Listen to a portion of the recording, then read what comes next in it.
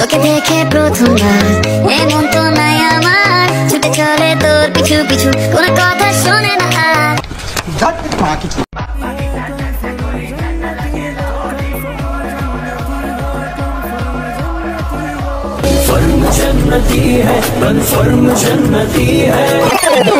তো hello brothers, welcome back. অল্প কিছু সময়ের জন্য তো তারপর বলো কেমন আছো তোমরা। বরাবর মতো নতুন একটি ভিডিও নিয়ে হাজির হয়ে গেলাম আমরা। তো আজকের ভিডিওটা কাকে নিয়ে হইতে যাইতে সেটা তো তোমরা বুঝেই গেছো। আর যারা না বুঝছো তাদেরকে আমি আবার বলতেছি, আজকে আমরা একটা পর্দাশীল মাগিকে নিয়ে কথা বলবো, যে ইসলাম ধর্মকে অনেক রেসপেক্ট করে।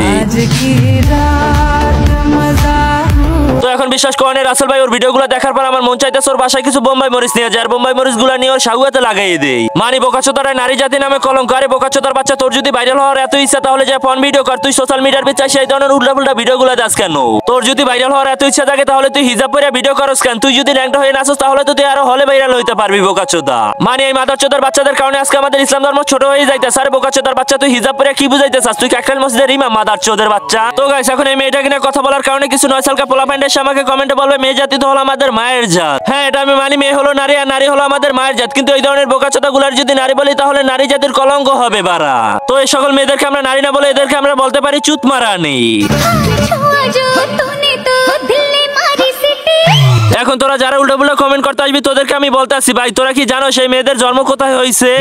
আমি জানি তোরা জানোস না, যদি না জানোস তাহলে শোন তোরা বারা, এই নারীদের জন্ম হয়েছে পতিতালাতে। এই কারণে ওরা এই ধরনের অশ্লীল ভিডিও করে টিকটকে আইসা। এখন ওদেরকে যদি আমরা নারী বলি তাহলে নারী জাতির কলঙ্ক হবে। তুই চাবি তোর মায়ের কলঙ্ক করতে বিল্লা বোকাচোদারা যে আইসা কমেন্ট গুলো করস তোরা। এখন ওদের মতন মাগিদেরকে নিয়ে রোস্ট করলে যদি তোর গায়ে লাগে তাহলে এখনই তুই আমার চ্যানেল থেকে বের হয়ে যা বোকাচোদা। তোর আমার ভিডিও দেখা লাগবে না, কারণ তোর আইকিউ তে এখনো শর্ট আছে। তার থেকে ভালো হবে যাই এই মাগির ভিডিও দেখার গিটার বাজা।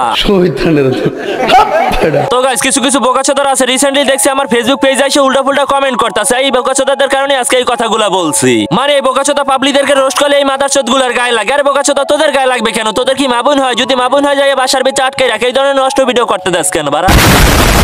তো গাইস, আমি কিন্তু এই মেয়ে নামক মাগিটাকে চিনতাম না। টিকটক স্ক্রল করতে করতে এই মাগিটার একটা ভিডিও আমার সামনে আসার, যেটা দেখার পর আমার মাথা ফুল গরম হয়ে গেছে।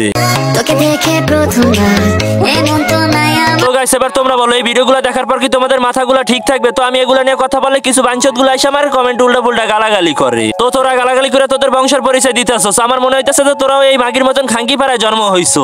এখন বাংলাদেশে যে কি পরিমাণ খাঙ্কিপাড়া আছে এটা একমাত্র টিকটক অ্যাকাউন্টের মালিকই জানে, কারণ ওই টিকটক অ্যাকাউন্টের মালিকই জানে যে বাংলাদেশে কি পরিমাণ খাঙ্কিপাড়া আছে। আসল কথা হলো যত বেহাইছতা নির্লজ্জতা পোলাপাইন আছে সবাই যে টিকটকের বিচ্ছে মরে। এখন দেখো না কিছু কিছু পোলাপাইন তো বউ ব্যবসা শুরু করছে টিকটকের বিচ্ছে। তো আজকে টপিকটা কিন্তু বউ ব্যবসায়ীদেরকে নিয়ে না, আজকে টপিকটা হলো এই খাঙ্কি মাগিরকে নিয়ে। এই খাঙ্কি মাগিকে আজকে একটু ভালোভাবে ধুয়ে দিতে হবে।